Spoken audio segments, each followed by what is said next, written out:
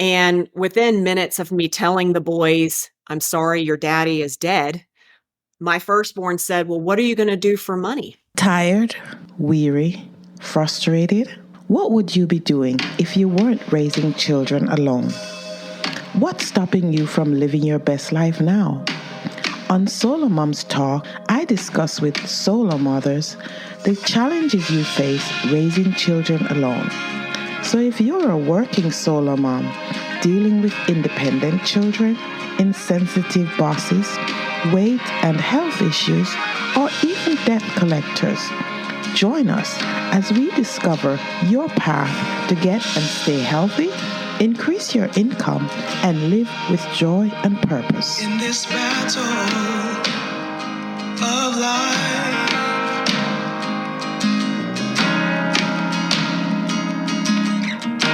it's hard to keep your head above the water. So win this fight. My guest today is Debbie Baisden. Welcome, Debbie. Thank you for being on SoloMoms Talk. Thank you for letting me be here. Yes, it's my pleasure. Before we start and we get into our conversation, could you tell us who is Debbie? Yeah, so I am a crazy mom of 4 teenage boys. I'm a remarried widow, and I've got 2 crazy rescue dogs. Wow, lots of chaos. Yes, it's very loud in my home. I imagine. That's fine. Okay. Well, I appreciate you being here and joining us and to share your wisdom with us. You said you were a widow. At any time were you a solo mom? And can you explain that experience with us if you were? Yeah, I was unexpectedly widowed in the summer of 2012, which is still surreal to say that sentence. My boys at the time were 8, 7, 4, and 4. That's a Ooh, lot to process. yeah. These little brains to try to how do you drop something so heavy on such tender hearts? That's really as moms, we never want to Yeah. hurt our kids. And I had to Yeah. intentionally inflict pain on these 4 hearts and forever change them. I wish I could have taken that burden from them. I think that's kind of the theme of motherhood as our hearts grow so much with each baby we have. And to find myself unexpectedly widowed, I thought that happened in your 90s when you have great grandchildren. And so to still be raising such small people and so many of them in the litter we had created was really, really challenging because there was no one to rely on. There was Yeah. no one to kind of shoulder the responsibilities of Yeah. parenthood. There was no one to bounce ideas off of, and there was also no threat. I could not threaten my children with wait till daddy gets home. I couldn't be tired and say, well, daddy can do bath time. It's all these little things that I had taken for granted in this partnership that now was all on my shoulders. And I thought, this is way too heavy. I don't know how to become 2 parents. It's so foreign to do it all by yourself, and yet there is no other alternative. There's no Right. option. You Right. just have to do it because it's required. You have to, yeah. Wow. So you were dropped in the middle of this because that wasn't planned, obviously. Were you tempted to hide a lot of the stuff from your kids? Were you tempted to hide a lot yourself, the grief, the pain? Yeah, the strategy that I took when as soon as I sat them all down to tell them this devastation, my goal was always to keep the wound fresh, to let it heal properly. I knew it would leave a scar, but I didn't want it to get where the scar was starting to be infected. And so the way that I handled my own mourning was to make it very public to them. Obviously, if we're grocery shopping, I would have to say maybe this isn't the time and place to fall apart, but especially at home and in the car, I wanted them to see me being real, to see me being raw, to see my weakness. I didn't my purpose immediately was to not make any of my children the men of the home. I said, "This is Mm-hmm. not some kind of promotion with responsibility. You're not going to be an adult. You're also not going to sleep in my bed." I think a Mm. lot of people tend to make that decision. That was not for me. But I said, Right. "I'm gonna let you see my pain so that you know it's okay to feel however you feel. If you feel lonely, angry, sad, confused? Yeah, me too." And so they would see me break down and say, "This is so hard. I'm so sorry. This is how does this feel for you guys?" And they would see me weep and I would say, "Can you pray for me?" And to Yeah. have little children, I hope, feel empowered to say, "Yeah, I'll pray for you." And they put their little hand on my shoulder and pray to God for me. I wanted them to see my transparency and to know, hey, if my mom is struggling, I think it's okay if my pillowcase also gets wet. So while I didn't give them big responsibilities, I didn't let them know, hey, I'm afraid of how we're going to pay bills because I was a stay at home mom. Instead, I just said, it's so sad that daddy's gone. And that's kind of the boundaries I kept it in. Yeah. Oh, okay. All right. I ask that because sometimes we tend to want to hide our kids from pain and we don't let them deal with grief because we're trying to protect them. So, yeah, I like that. Thank you. Now, you said your husband passed away unexpectedly. Do you want to share that story with us and what it did Sure. to The you boys as a and I wife? yeah, yeah, the boys and I were actually at my husband's parents' home. They lived about 4 hours away from us at the beach, so we were Mm-hmm. vacationing. My husband, Aaron, was gonna join us in a few days, so we just went on ahead without him, so he was staying at home alone, and kind of a long story short, he stopped responding to my text messages, which at first I dismissed as no big deal. But as the hours went on, it got to the point where I had to file a missing person report because I was not hearing back from him. My neighbor was Mm-hmm. unable to locate him. My neighbor actually found his car parked behind the school where Aaron worked. So my husband was a PE teacher, athletic director. He was always at school doing something. He was always helping others, even during the summer. And so he found his car at night, but couldn't find my husband. So police showed up trying to search for him. Police dogs were unsuccessful looking for him. Friends and family were unsuccessful looking for him. And so my mother-in-law and I decided to drive through the night, went back home thinking, what in the world? Where is my husband? I am Mm-hmm. freaking out and still trying to stay positive, assuming the best. Maybe it's a joke. Everything is fine. And the police had dispersed a helicopter to do some infrared imaging. So that was kind of running behind. And they basically called everybody out of the woods and said, stop looking. This is serious. This isn't going to be a good thing. We need to call in our rookie team because behind the school is 100 acres of woods. So they're like, he's got to be somewhere in these 100-acre woods. So we'll have some professionals kind of map out, grid out the land and do a more organized professional search. In that time, the sun was barely starting to peak up. So everybody was finally having the gift of sunlight. And Mm-hmm. Aaron's sister said, I'm not going to wait. I'm going to go find my brother. And so she went marching into the woods. And within about 90 seconds is when we all heard a piercing scream echo from the woods. And I knew that things were bad, but still thought, hey, he broke his leg. Everything is fine because this kind of craziness doesn't happen. This is like a movie. And Right. so within a few minutes, a police officer came to me coming out of the woods and said, I'm sorry to tell you, your husband is deceased. And I was obviously blindsided, shocked, numb. This is impossible.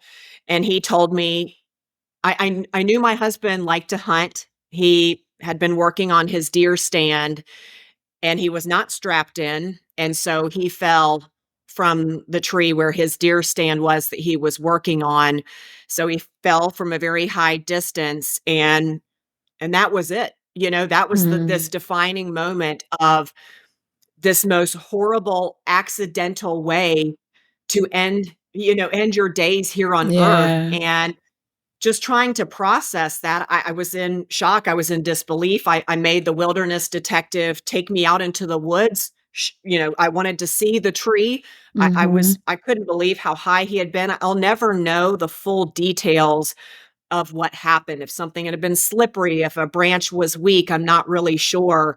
So it was definitely this unexpected tragedy that Yeah. invaded our lives. Yeah. Wow. I that's all I can say. Wow. Mm. So you had that initial shock because, well, yeah, who wouldn't? At any time did you feel yourself falling apart, like coming away at the seams? And how did you bring yourself back to center? Yeah, that's a great question. I think I was feeling like I was disintegrating. Everything that had been my tangible security had been taken from me. I think what kept me from fully imploding, especially in those initial months when just walking to the mailbox was very difficult. Every inch of my home was so emotionally painful. I think the only reason I couldn't fall apart fully was two things. It was God, who I had been anchored into long before, even though my faith had been pretty convenient, a kind of a Yes. complacent faith. And the second thing was the responsibility of now I'm a single mom. These children are relying on me for the next Yes. meal. They will not Yes. wait. They do want to go to school. And so I think that was a good force where you still had to be functional, even though you feel like I'm just unraveling. I'm coming unglued, absolutely. But God was like, you can do all things through me.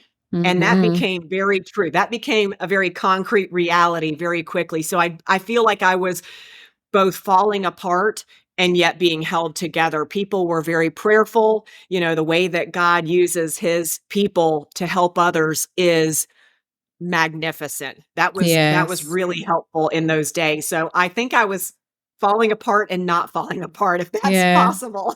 Yeah. Yeah, thank you. Thank you for, being so honest and open. And I know it was 2012, but I'm pretty sure it's still raw sometimes. So thank you for sharing. Oh, Um, absolutely. yeah, you mentioned God. And a lot of times, it doesn't matter where on the continuum your faith is. You have four boys, you have this husband, you have this life, and all of a sudden, God allows this, this tragedy, He took away your foundation, so to speak. And people sometimes go the other way. They curse God. And so I'm always blessed when someone tell me they went through tragedy, but they're still holding on to God. So thank you for being honest with that. And yeah. All Yeah, I right. think that, some people, do turn away. Some people, I think that crisis is a great catalyst for starting their Mm-hmm. faith. I think, I feel very blessed. I don't take for granted that I had that foundation before the quote unquote storm hit. I think that's what kept me from, again, like, just becoming horizontal and being dysfunctional. Yeah. Yeah, for sure. All right. Thank you. I'm gonna blindside you now. What is I'm sorry, I don't mean that in an I love awful it. way. What is Debbie grateful for today? Wow. I'm thankful. I think what something I've been super spotlighting in my own personal life lately is the reminder that Jesus never leaves and he doesn't forsake. His Amen. faithfulness is so consistent, knowing I am the worst of sinners. I don't deserve any of this. And his mercy and grace, he still calls me his. And so I think that's what I'm most thankful for. Obviously, I'm so appreciative of my family, but I think having this death happen really shifted my priorities to say it has to be God above people. It has to. I Mhm. want this unwavering relationship with him for that everlasting contentment. Yes, yes. Thank you. Wow. All right. So I'm reading your profile and I see something about guilt. What kind of guilt could you have, having gone through this turmoil? I didn't expect guilt. That was something that, I guess I just hadn't had such a deep, sorrowful experience before. I felt guilt the first time I smiled, the first time I laughed. It was almost like a self-condemnation of how dare you? How dare you Mhm. feel any ounce of happiness so quickly after such an impactful loss? I felt like that was wrong. You should be crying all the time. You should frown all the time. You should wear black all the time. It should Mhm. always be this state of, Yeah. just this downcastness. And so then the guilt intensified. That was the easy, superficial guilt. But the more time I spent thinking about it, I remembered that before this beach trip with the boys, where my husband made these kids peanut butter and jelly sandwiches and sent us down the road, I have reminded Aaron, "Oh, yeah, didn't you say you were going to work on your deer stand while we were gone?" And he said, "Oh, yeah, thanks for reminding me. I had forgotten." Ah. This moment of, wait a minute, what have I done? Did did I contribute to this? This whole like I can't go back. I can't change that sentence that I said. Would he have remembered, knowing he was very ADHD? Would he have remembered he said he was going to work on his deer stand? So I had this guilt of, oh my goodness, did I contribute to his downfall? Literally. And then Mhm. the guilt continued to magnify, knowing I started to like someone else. The concept of any other man being in my future was not on my forecast. I was not looking for love. I didn't want it. I didn't expect it. I was drowning in this single motherhood, and yet it was unstoppable. It was so magnetic, and in the end it was so God ordained, but I still felt guilty. I felt like a mistress who was cheating on my husband because I don't have a lot of good qualities. One good thing I do have is I'm very loyal. And I had been so loyal to my first husband that it felt very wrong to like someone else. Even though we had fulfilled our wedding vows, there was no reconciliation. I still struggled with, this feels wrong. It feels Mhm. like it's weird. It's a different territory to be in. So those were some of the big feelings of guilt that, wow, they really came out of nowhere. Absolutely. Yes. Yes, well, those are things that the enemy used to distract us, and hoping that whatever blessing God has in store for you, that you'll be feel so condemned you won't accept those blessings. So I'm glad you kicked him to the curb and accepted your blessing. Yeah, that's right.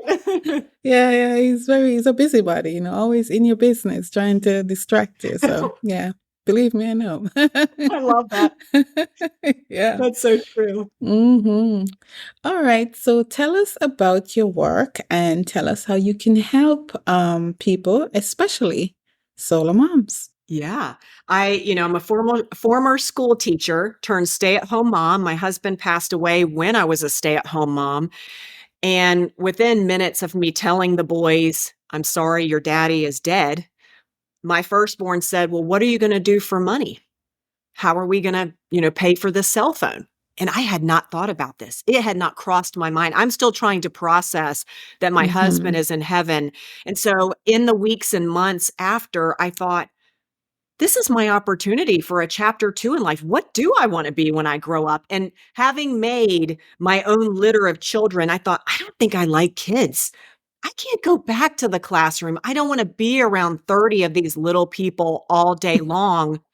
And so I decided to pursue my newfound passion of fitness. I liked helping women make getting in shape convenient, because women are so busy and they love so big that they put themselves on the back burner. And I thought, how Yep. can I work with that and help it to be as easy as possible to just do exercise for a few minutes a day?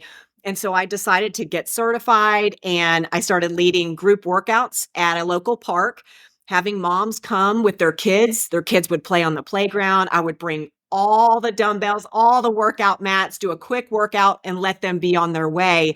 And so what happened over the past decade is it blossomed to two online fitness and nutrition businesses that help moms to easily feel their best so that Mm, they can pour into their family, because so often we're pouring from that empty cup, just feeling depleted, just lethargic, overwhelmed. And it's like, we want to partner up, link arms with you and say, okay, here's your situation. Let's just make it as easy as possible to look and feel your best so that you can be a great role model for your kids. So you have energy to play with them. So you have the stamina for all the other work demands that are on your plate. And mhm. again, just make it something that truly is an easy lifestyle. So that's where both businesses started from about the same time. One of them is Mom Sanity, because all moms are crazy and need sanity, and the other is Fit with Deb. Ah, okay, I like it. And how can we get in touch with you? I'd love to connect. I do blog about my grief and faith, and would love to connect there. My website is super long, but it's debbiewilkinsbaisden.com. And then you can also check out the fitness and nutrition businesses at fitwithdeb.com and mymomsanity.com. Okay, and are you on Instagram? We'll put all those links in the show notes. So, Yes, all yeah. over Instagram, Facebook, YouTube, Okay. Pinterest, all over all the things. Okay, great. So we'll put those links in the show notes so people could get in touch with you. All right. I appreciate you, Debbie Baisden, for coming and talking to us today. Any final thoughts, especially one final piece of advice for a solo mom who may be in the spot you were when you lost your husband? Yeah, I think this great loss taught me how superficial my Bible reading had been, how rushed my prayer time had been, that I had drifted into this convenient complacency. And so I would say, don't wait for a crisis to have a plugged in walk with the Lord. I would Mm-hmm. say, as busy as you are, if you can only read one Bible verse a day, if you have to pray while you're locked in the bathroom, I would say keep having this unwavering relationship with the Lord, to really put him first, whether you have pain or maybe it's an easy time in life. I really feel like that's the number one. And part of my favorite Bible verse that I think I would leave with is from Proverbs 31. It's towards the end in verse 25, and it says, she can laugh at the days to come. I think we are designed to have joy even when life is really hard. Yes, wow. Thank you. That's amazing. I really appreciate you. And I hope one day you'll come back and, let me talk to you again. I would Right? love that. Yeah, Thank you yeah. so much for this Sure. opportunity. It's such a blessing. Absolutely. For us too. Thank you, Debbie. I appreciate you. Thank you. Hmm. Having difficulty with your teen? Are you struggling with finding solutions to your everyday parenting problems? Being a solo mom can be tough. I know. With all the things you juggle mostly for your children, you're left with very little time for yourself. It can be hard to see your way out from where you are currently. But what if I told you that you can change your life and the lives of your children? As a Christian solo mom of 3 adult sons, I know firsthand some of the challenges you face. But I also discovered that when I shifted my mindset, I was able to transform my life in some amazing ways. Hi, I'm J. Rosemary, your personal confidant and mentor. I invite you to connect with me and take the first step towards transforming your life. Together, we can work to find solutions to your ongoing challenges and create a life you desire for yourself and your children. And no, this is not about fixing. This is about us working together to achieve your goals. So if you're ready to take the next step to empower yourself to transform your life, click the link below and sign up for a free consultation call with me. I look forward to hearing from you and helping you on your journey to becoming the best version of yourself.